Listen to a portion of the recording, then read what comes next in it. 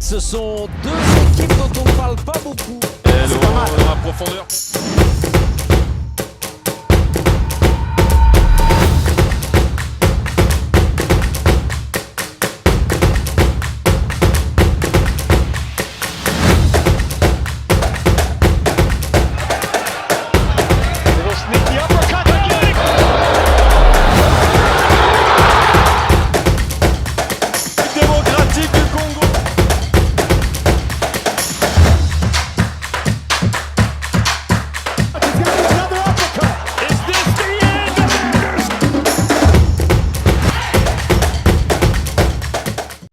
Bonjour et bonsoir, ça dépend de l'heure à laquelle vous nous recevez de chez vous, dans vos salons, un peu partout, dans des terrasses. C'est JM Télévision à travers votre émission Esparzal, votre émission à caractère sportif qui vient avec des analyses, des amples informations concernant l'actualité sportive à l'échiquier national comme à l'échiquier international. Comme vous le savez, nous sommes au mois de septembre, nous sommes en pleine période de la trêve internationale qui s'est clôturée hier, le 9 septembre 2025. Et comme vous le savez, les léopards de la République démocratique du Congo ont eu un match très difficile hier face aux Lions de la Teranga du Sénégal. Le score du match, 3 buts à des, une désillusion pour le public congolais qui avait pris d'assaut le stade de Martyrs de la Pentecôte. Déjà, à partir de 2h, le stade était quasi complet, alors que le match devait se jouer à 17h. Donc, toutes ces réalités-là, et ça là qui bat tout. Pas si, donc au moins que Tozala qui est déjà en face. Il y a qualification pour le mondial, puisque hier, c'était vraiment une finale. Il y a Léopard, mais nous avons laissé la chance de nous partir comme ça. Mais rien n'est encore perdu, il nous reste encore des matchs au Togo. Babongo Kobeta, dans le mois d'octobre. Oui, que le 6 octobre, nous allons jouer au Togo. Et puis le 13 octobre, nous allons jouer ici face au Soudan. Avant d'introduire mon invité ici, puisque je ne suis pas seul sur ces plateaux, nous allons suivre ensemble avec vous ce qu'a été le résumé de cette rencontre. Suivez.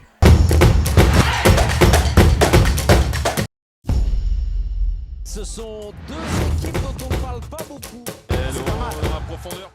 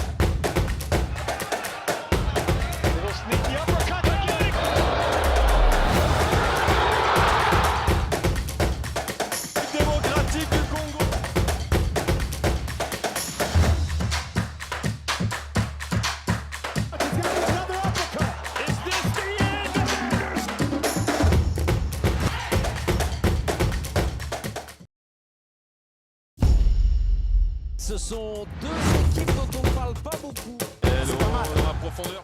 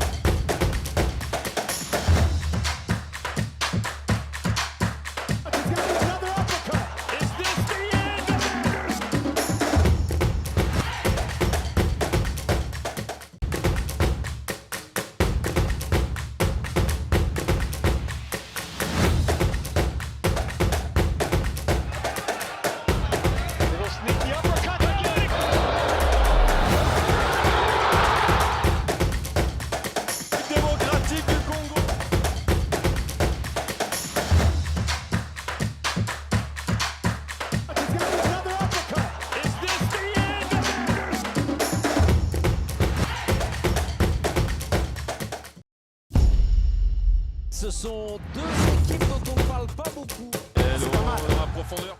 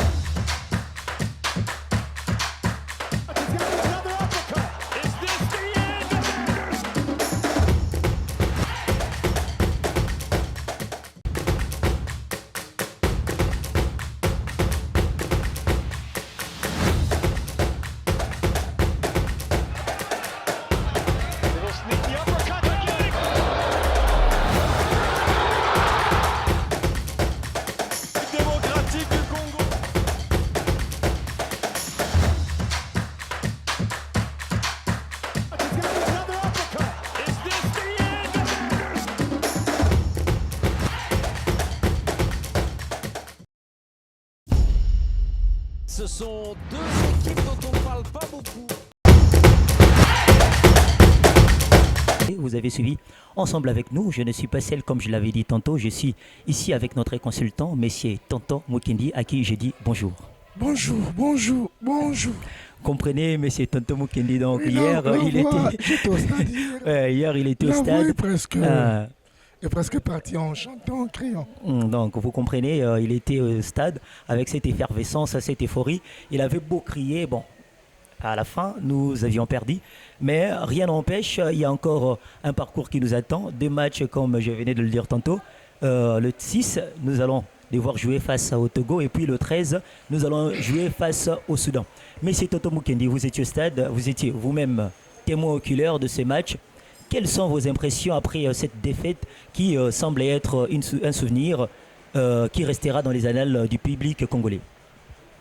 Un goût amer, c'est presque la troisième fois de suite.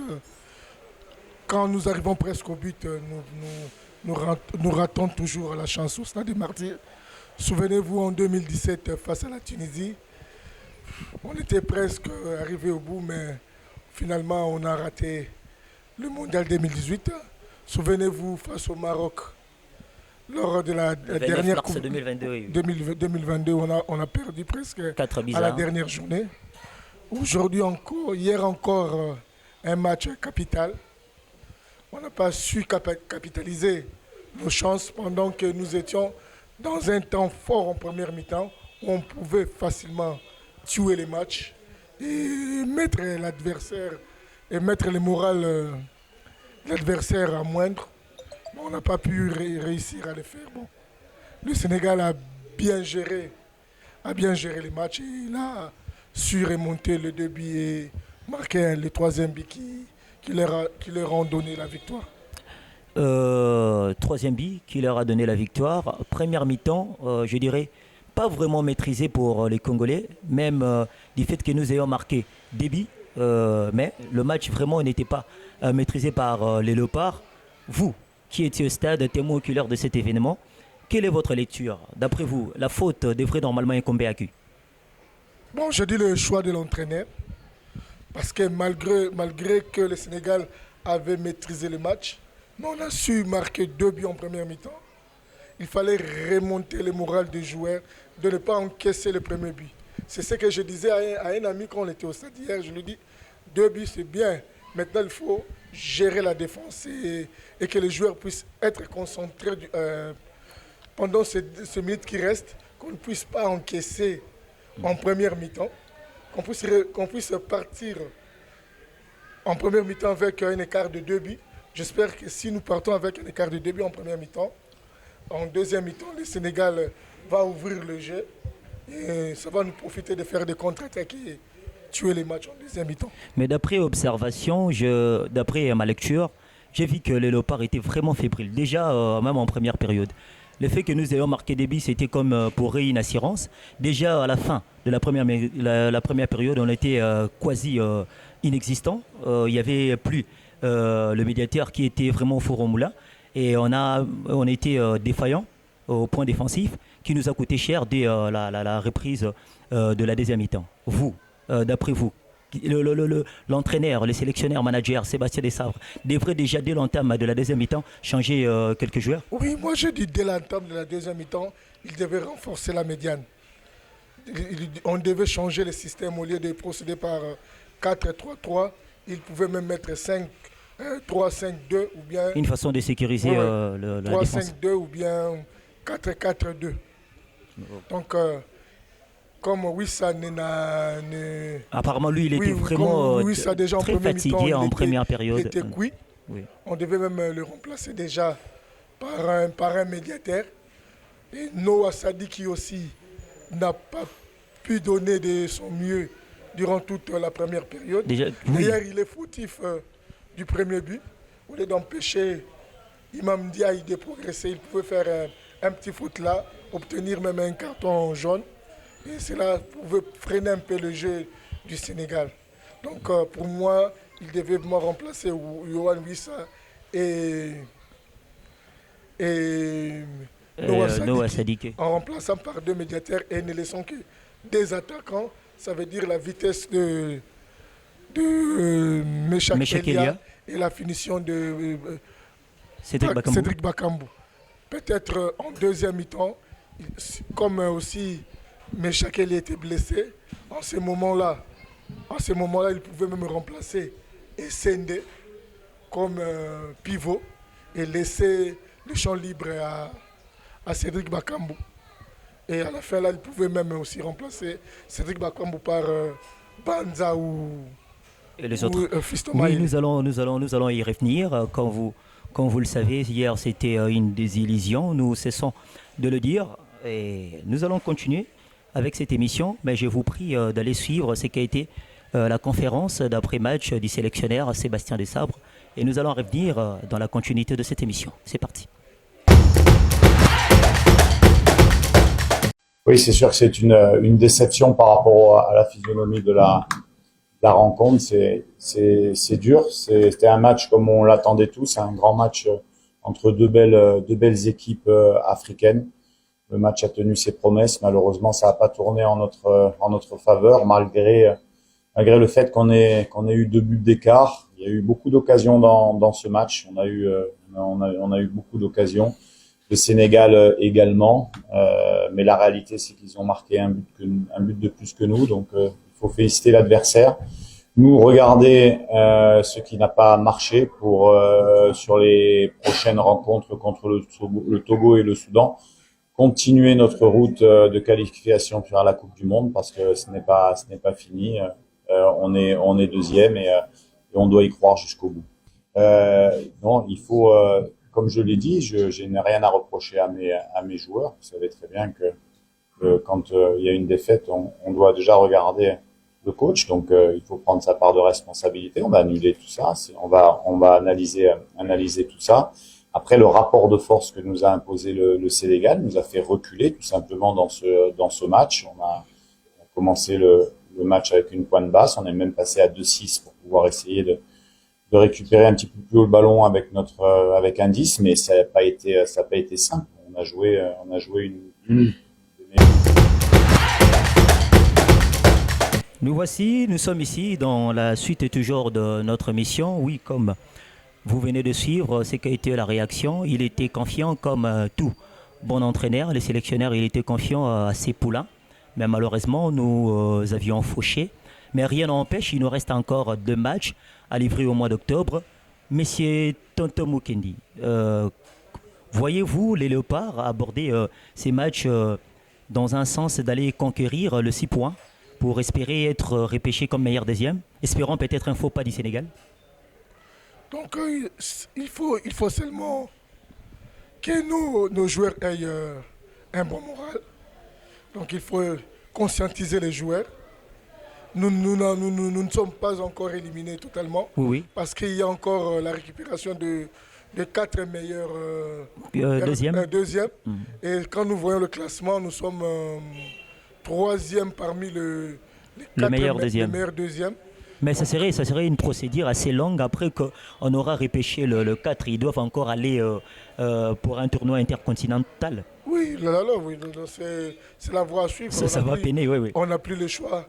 Au moins, il faut espérer un faux pas du Sénégal face à la Mauritanie. Parce que je sais que ce sont 2 pays qui ne s'entendent pas vraiment au niveau footballistique. Donc ce sont des adversaires redoutables, les 2 équipes. Oui. Donc j'espère que la Mauritanie va peut-être sortir un grand jet lors de la dernière journée.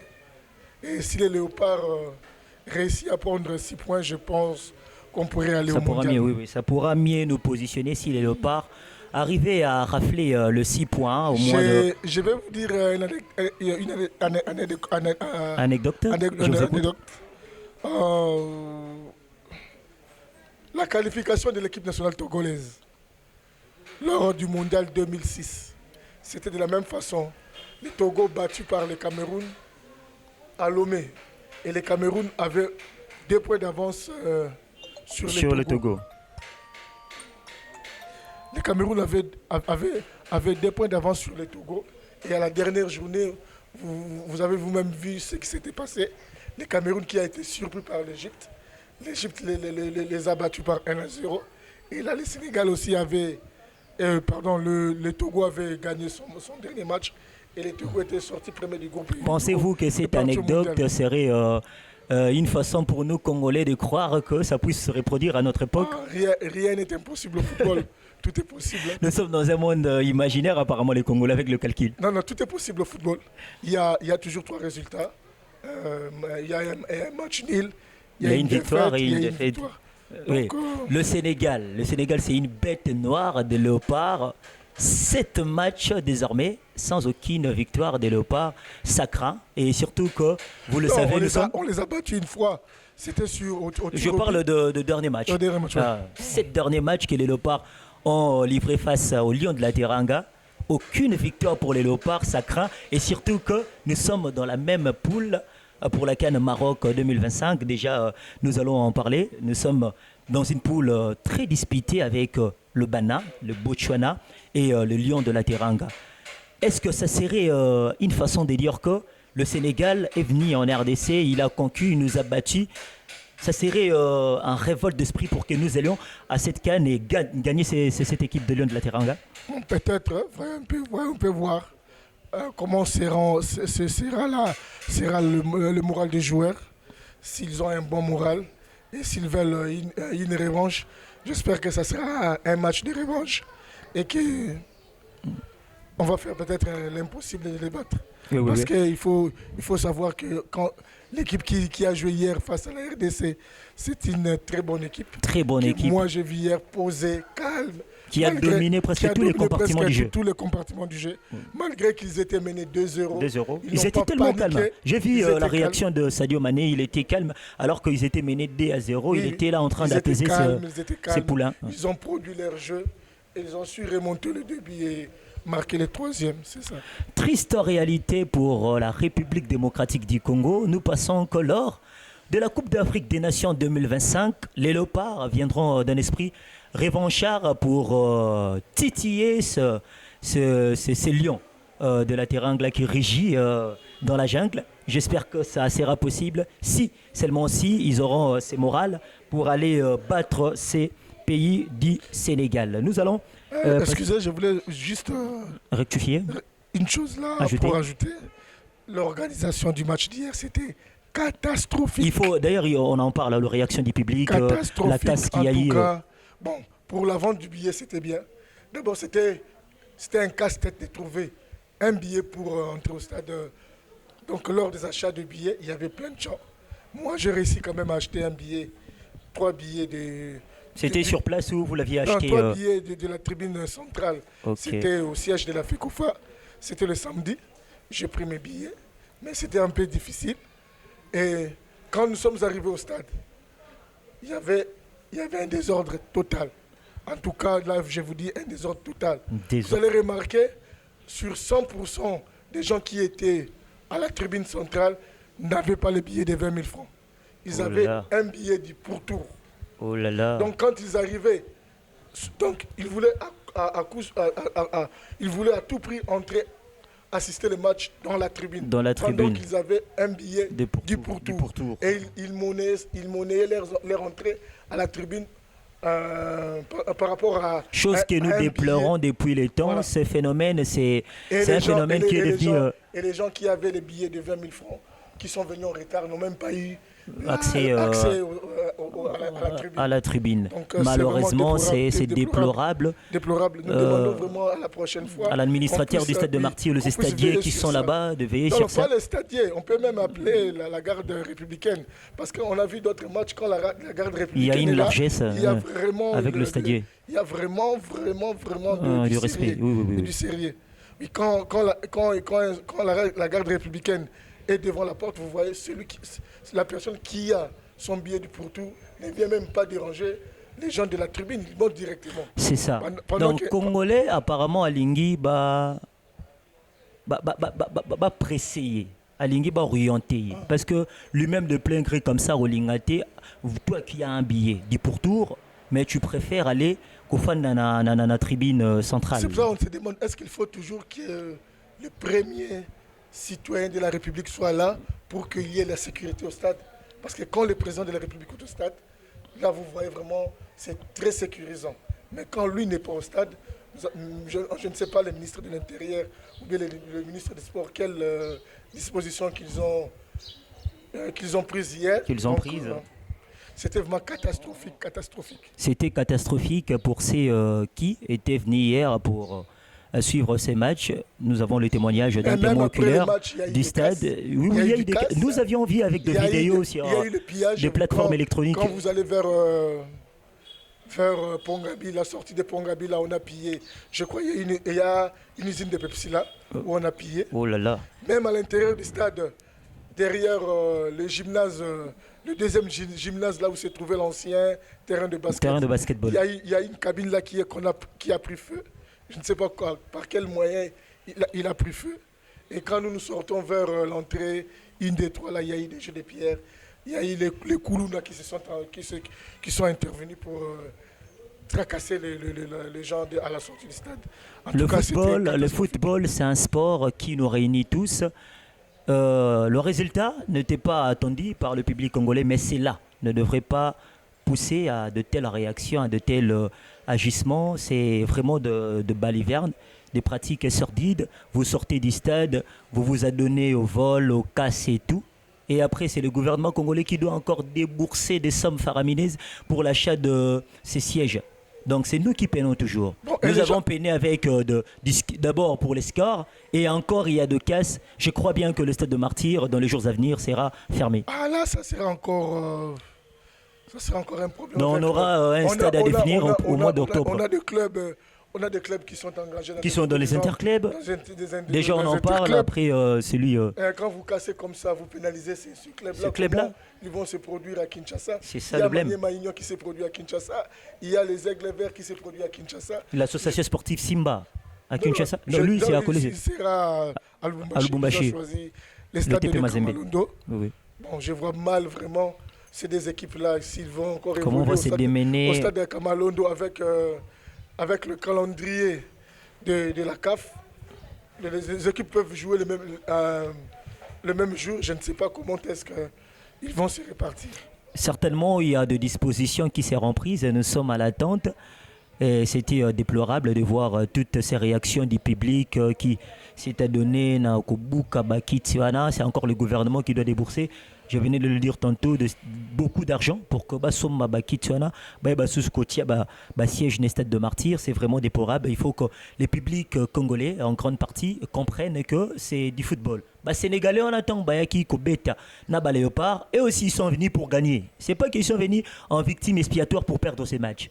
Et aussi, ils ont besoin d'aller en Coupe du Monde 2026. Donc, tous à la calme, réaction, les allons malamouti. Nous allons passer à dernier point d'Abisso, les allons retenir. Nous allons parler de cet embroglio qu'il y a dans l'instance fêtière de la Fédération congolaise des football associations. La FECOFA avait signifié 4 noms de représentants de la République démocratique du Congo aux interclubs. Mais Mazembe s'est senti lésé, touché. Il avait entamé une procédure juridique auprès du tribunal arbitral sportif pour surseoir ces noms. Et puis le lundi, septembre, il y a eu une réunion au cours de laquelle il y a eu un vote. Le CNOR, le comité de normalisation, a pris une décision. Et ces clubs sont toujours retenus. Il y a le 4 noms qui sont envoyés en Champions League. Nous avons comme ça les Aigles du Congo premiers lors du championnat Illico Cash League 1 saison 2024-2025. Il y a le Football Club Saint-Éloi Lupopo qui va accompagner les Aigles du Congo. Et puis à la Coupe de la Confédération, nous aurons l'association sportive Mani Maïnio di Kindu et puis l'association sportive Simba, victorieux de la dernière Coupe du Congo. Suivons ce qui a été la réunion de la Fédération congolaise de football association et nous allons revenir pour débattre là-dessus avec notre consultant. Suivez.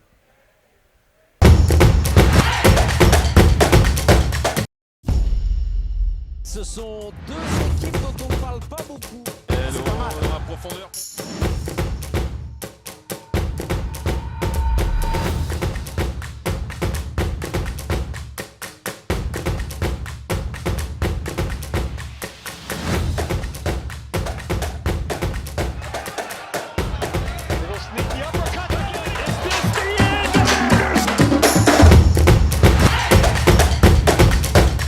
Oui, vous venez de suivre Messieurs Tonton Mukendi ensemble Ozalaki Bongo Réunion na siège à Fekofa. Est-ce que vous voyez de l'harmonie, une bonne organisation au sein de l'instance fêtière du football congolais? Alors, toutes ces réalités, cet imbroglio, ça craint? Ah oui, ça craint vraiment parce que la CAF avait signifié déjà à la Fédération congolaise de football que le championnat n'a pas pris totalement fin. Alors si ces mêmes équipes-là qui reviennent, bon je ne sais pas, on va entendre un peu la décision de la CAF. Mais à mon avis, la fédération doit prendre des mesures. Déjà que ce processus de vote, parce que c'était lors du vote que les 4 clubs ont été signifiés. Est-ce que Bon. ça va donner un apport d'éligibilité à Je n'ai pas vraiment suivi ça parce qu'on était un peu focalisé au match, de mardi? Je ne sais pas si Mazembe serait d'accord parce que c'est lui qui est allé se plaindre au niveau du tribunal arbitral du sport. Je ne sais pas si les dirigeants des Mazembe sont d'accord avec ça. S'ils ne sont pas d'accord avec ça, donc ça sera difficile cette année que le club congolais puisse disputer donc, la Coupe Interclub. Vous voyez la Confédération africaine de football sursoir le nom de représentant congolais? Ah oui, c'est tout. Vous voyez? Je vois ça, tout est possible. Si ça admet que la CAF procédait à cette démarche, quel serait maintenant le sort de nos clubs? Là, je n'ai aucune idée. Bon, si la CAF décide qu'il n'y aura pas de club congolais cette année, bon, c'est leur décision. On va seulement se plier, c'est tout. On va se plier, c'est tout, mais ça craint, quand vous le voyez, le tout-puissant Mazembe a déploré le fait que le championnat n'avait pas pris fin. Il a entamé une procédure comme ça judiciaire auprès du tribunal arbitral du sport pour que l'on puisse aménager quelques points. Déjà que le secrétaire général du tout-puissant Mazembe avait tenu une conférence de presse à la date de 6 juillet pour donner aux Ezalaki Bongo raison à Kolobake comment est-ce que le championnat n'avait pas pris fin, mais vous prenez le nom de club et puis vous envoyez à la Confédération africaine de football association. Nous pensons qu'il y aura une attente entre la Fédération congolaise de football et les dirigeants du tout-puissant Mazembe pour que ces noms soient acceptés. Pourquoi pas voir les Aigles du Congo disputer sa première Champions League, un club qui n'a que 2 ans et qui a gagné l'Hélico Cash Ligue 1. Mais c'est Tonton Mukendi. Nous allons également parler de nos attentes. Vous allez donner quelques éléments. Nous avons des difficultés déjà avec le sport qui peine. Aujourd'hui, est-ce qu'avec nos attentes, nous pouvons espérer, avec tous ceux que nous avions eu par le passé, le dit Merci Mbokani, qui sont sortis de Delvaux, nos jeunes qui sont sortis de quelques attentes de Kilimani, de Lukunga et tout. Aujourd'hui, nous pouvons espérer que dans les prochains jours, nous ayons aussi de pépites qui puissent sortir de nos attentes. Moi, ils sont là, ils sont très nombreux. Ils sont là. Mais il faut savoir que dans l'ancienne formule, il y avait le PEFKIN, où il y avait 20 clubs, il y avait des rings, il y avait Dragon qui jouait, vous savez, quand il y avait aussi des bons gestionnaires du football, donc des bons promoteurs du football. Quand vous voyez Sodigraph, vous voyez, il y avait des dirigeants qui mettaient leurs moyens pour que leurs équipes puissent évoluer à l'EPFKIN et pour faire sortir des bons joueurs. C'est pour cela que vous avez vu, à l'époque, il y a eu des bons joueurs qui sont sortis de l'EPFKIN et qui ont évolué. Les Chancel Memba ont produit de nos attentes. Maintenant, l'EPFKIN n'existe pas. Bon, l'EPFKIN est là, mais il n'y a plus l'œil regardant sur ça parce qu'il n'y a pas de club, il n'y a pas de ring. Souvent, quand il y avait 20 clubs et des rings à l'EPFKIN, il y avait cet engouement, les gens venaient au stade. Même si 20 clubs des rings ne jouaient pas, mais les gens allaient quand même voir les autres équipes jouer et voir les pépites qui sont. Déjà qu'il faut le rappeler, on parle de l'EPFKIN, mais déjà, mettons un accent sur l'Hélico Cash Ligue 1, il y a vraiment plus engouement au stade, les gens ne viennent presque plus. Vous aurez vu le classico, le derby, le classico plutôt, congolais entre l'association sportive Victoria Club et le tout-puissant Mazembe. Le stade était complètement quasi incomplet. Est-ce que c'est réalité? Ça ne peut pas ramener aux dirigeants congolais d'y penser pour aménager un peu les choses? Oui, ça doit. Ils doivent un peu réfléchir pourquoi les supporters Ne viennent plus au stade. Il n'y a plus du bon jeu. Il n'y a plus du bon jeu. Il y a plus de joueurs là. Tu vois, à l'époque, quand on allait au stade, on dit on va voir Matoumou Naroum. Déjà, quand vous allez on va voir Mbala Mbouta Biscotte. On va voir Mbala Mbouta Biscotte. On va voir Jean-Jacques Yemweni. On va voir Nintendo. Tous ces talents-là. On va voir Moufoukou Rigen. Tous ces talents-là. Ils ne sont plus. Donc, ce sont ces noms-là qui attiraient un peu les supporters au stade pour voir du beau jeu. Maintenant, là, il n'y a pas vraiment de stars dans des équipes. Il n'y a pas vraiment de stars. Donc, il faut attendre un peu. Parce qu'on dit, les stars, ça ne sort même. Donc, il faut attendre 10 ans ou 5 ans après pour qu'on puisse encore avoir des stars. Donc, les stars sont là. Oui. Seulement, il faut bien encadrer la jeunesse et qu'on aura aussi un bon championnat. Et il faut aussi conscientiser les supporters à revenir au stade.